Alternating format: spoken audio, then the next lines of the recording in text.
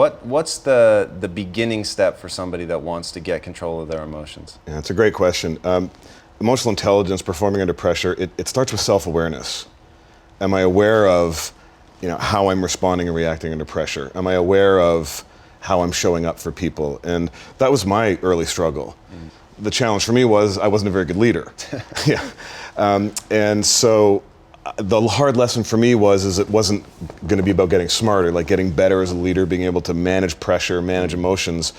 So I had to learn and gain the awareness that first of all that mattered, how I was managing pressure, how I was managing emotions, and where I was doing well and where I wasn't doing as well. So it's that awareness that's the key. So how do you teach people that? For me, and this is the way I approach it, because I'm more logical and analytical, it was starting to understand the brain and how my brain responds. You and me both. Yeah, because I think what happens is people recognize, well, sometimes when I'm under pressure, I'm not always my most skillful, and they think, oh, well, they're bad, or that's just who they are and they're stuck. You had Carol Dweck, who you interviewed, who talks about the fixed versus growth mindset. A lot of people have that fixed mindset, well, I guess I'm just stuck with the way I am.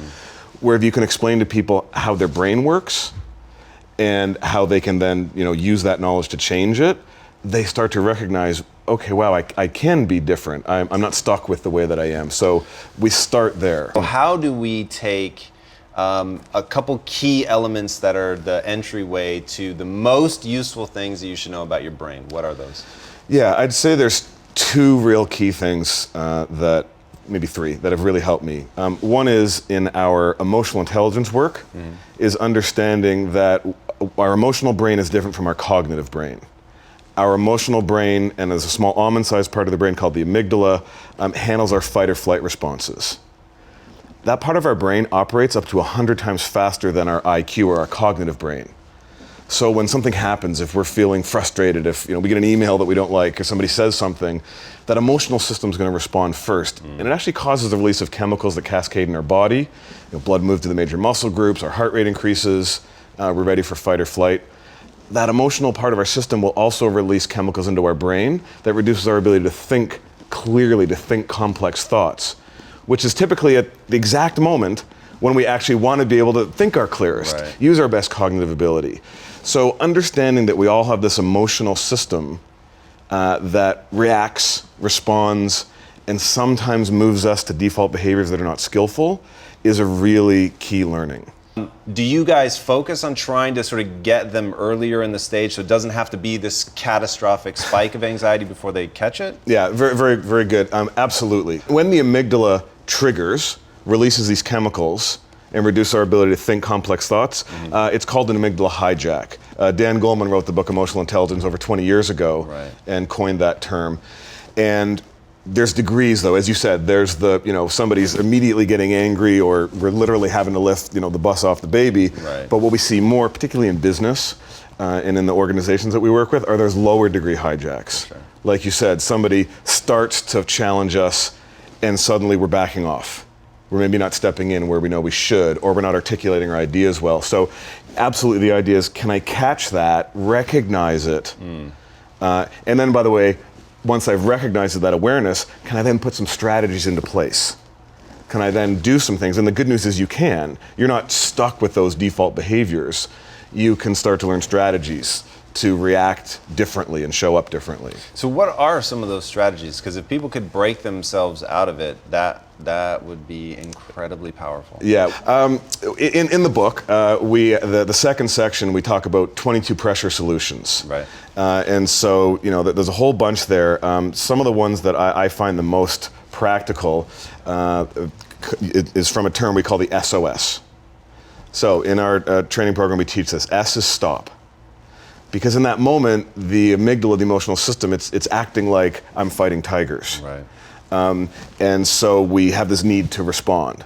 And so in that moment, if we can disconnect from the trigger, take that pause, drink a glass of water, open our palms, because our palms will start to curl. Maybe not into a full fist, but our palms, open our palms. So there's a number of things we can do to kind of pause in that moment. The O is oxygenate. So the intake of a large amount of oxygen, a deep conscious breath, actually carbonizes your blood and minimizes the impact of the chemicals, starts to help the chemicals recede from the brain. And then the third part is seek information about what will best serve me. So in the Performing Under Pressure book, we absolutely talk about meditation, and in the training, the practice of mindfulness. Because in order to be more aware of how our thoughts are then affecting our body and our performance, we have to be mindful of our thinking.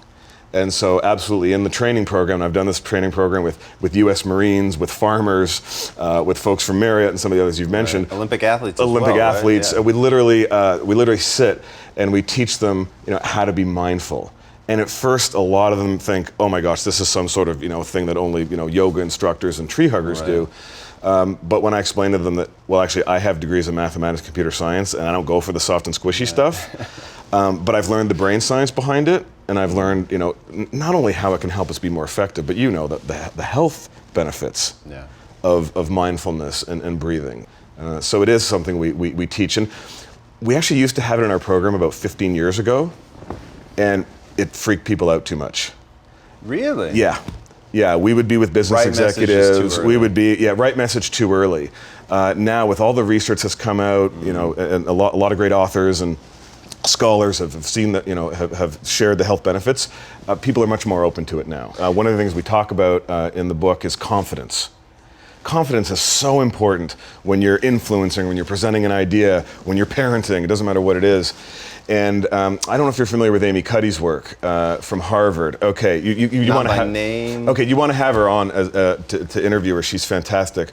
She's got one of the most watched TED Talks. Okay. So go have a look at it. And she has done research looking at the correlation between our body posture and confidence that's triggered by a balance of testosterone and cortisol in our brain. So they've literally done experiments where they have people take a cheek swab. So they measure their testosterone and cortisol levels. And testosterone is often really misunderstood. We're not talking about the male aggression hormone. We're talking about testosterone that gives us confidence, allows us to take meaningful risks. Then, of course, cortisol is our stress hormone. And in these studies, what they would do is they would have groups who would be in what she would call an open and expansive or power pose. So sitting like you are. Legs crossed. Right. If you're standing, she talks about sort of the Wonder Woman or the Michael Phelps pose. Yeah. Versus being closed and contracted, making yourself small, taking up less space, being on your phone. And what they found is that people who were in those open, expansive positions, their testosterone levels would go up, their good testosterone, their cortisol levels would go down. The people in the closed and contracted positions, the reverse would happen. So this used to happen to me because I speak a lot. And a lot of times I'll be speaking and there'd be somebody in front of me. And it's one of these people who, it's death by PowerPoint, and I'm sitting in my chair and I'm getting smaller and smaller. And without realizing it, my cortisol's going up, my testosterone goes down, and then it's like, here comes Bill Benjamin. It takes me a few minutes to get my energy, versus now, I don't sit before a presentation in the green room, which is actually blue. Yeah. We call it the blue room. In your blue room, I was standing. I was making sure I was standing up straight to keep the cortisol down, to keep the testosterone up, so that I could come in and it's natural confidence. It's a lot like you're biting the pencil. It's a life hack. It's a brain hack that actually allows you to fool your brain into feeling confident. So in other words, you might be going in a situation where you're not feeling that confident, you haven't had an experience in that before. So if you do this, you're gonna get less confident. Whereas if you power pose, it will actually, just like the biting, makes you feel a little happier, it'll give you that little bit of sense of confidence, which then is a self-fulfilling prophecy, so that you can then, you step in and you feel more confident, then it starts to go well. Right. So we absolutely say, in any kind of pressure moment, particularly where you're gonna be socially judged, to practice, make sure you're open and expansive, a job interview, a big presentation, a difficult conversation with someone.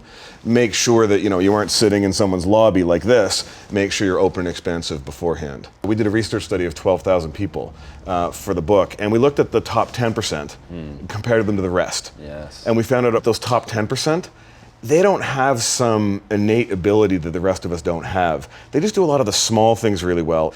And one of them was the ability to receive criticism and feedback without becoming defensive. Yes. And you think, well, these are top 10% performers. Why do they need feedback? Well, that's how they got there. They're aggressive learners. They're growth mindset people. And that's how they stay at the top.